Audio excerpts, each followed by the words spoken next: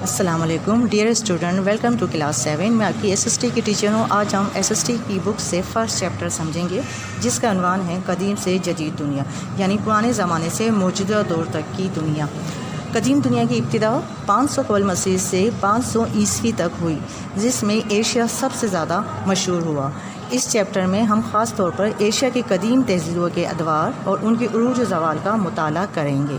Asia کی تاریخ جاننے کے لیے سب سے پہلے ہم ہندوستان کی تاریخ کو جانیں گے، جس میں سب سے مشہور موریہ سلطنت ہے۔ چندر گپت موریہ سلطنت کے پہلے حکمران تھے۔ اس سلطنت کو موریہ سلطنت اس لیے کہا جاتا ہے کیونکہ چندر گپت کا تعلق مور پالنے والے خاندان سے تھا۔ چندر گپت ہندوستان میں حکومتی انتظام کا بانی تھا۔ چندر گپت کے بعد اس کا بیٹا بندوسار تخت پر بیٹھا۔ بندوسار کے بعد ان کا بیٹا اشوک ان کا جانشین ہوا۔ وہ پوری عالمی تاریخ میں سب سے زیادہ مشہور اور شاندار حکمراں تھا۔ اشوک کے انتقال سے موریہ سلطنت کے اختتام کی ابتدا ہوئی۔ موریہ سلطنت کے زوال کے بعد تقریباً 5 صدیوں تک ہندوستان کے لوگ چھوٹی چھوٹی شہری ریاستوں کے حکمرانی کے ماتحت رہے۔ اس کے بعد ایک نیا حکمران چندر گپت دوئم ابھرا، جس نے دوبارہ ہندوستان کو متحد کیا۔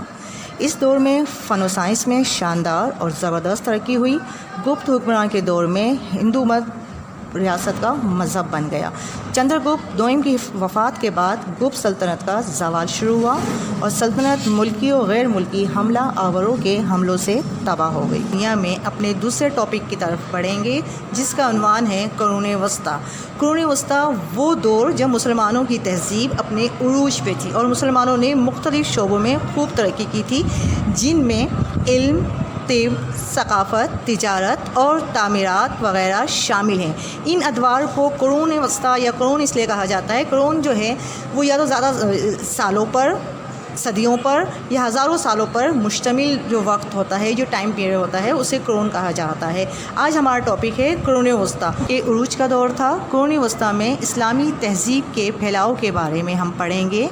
یورپی تہذیب کے زوال نے مسلم تہذیب کی راہ ہموار کی، یعنی جب یورپی تہذیب زوال پذیر ہوئی تو مسلمانوں کی تہذیب کا دراصل عروج جو ہے وہ شروع ہوا۔ مسلمانوں کی تہذیب کے عروج کا دور قرون وسطیٰ کا دور کہلاتا ہے، جس کو ہم 3 ادوار میں تقسیم کر سکتے ہیں۔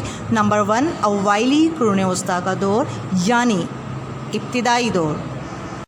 ابتدائی دور جب مسلمانوں نے عروج حاصل کرنا شروع کیا۔ دوسرا دور ہے اعلیٰ قرون وسطیٰ کا دور، مسلمانوں کا وہ دور جب مسلمانوں کی ترقی جو ہے ہر میدان میں اپنے عروج پر تھی۔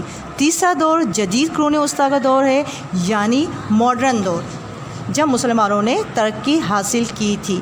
ان ادوار میں مسلمانوں نے بھرپور ترقی حاصل کی۔ ان ادوار میں امیہ خاندان کی حکومت، عباسی دور میں اسلامی تہذیب کا پھیلاؤ اور عثمانی سلطنت میں مسلمانوں کی ترقی شامل ہے۔ یہ دور جو ہے یہ 400 سے 1500 کے دور پر محیط تھا۔ 400 سے 1500 تک جو ہے یہ دور مسلمانوں کی عروج کا رہا ہے، جسے قرون وسطیٰ کا دور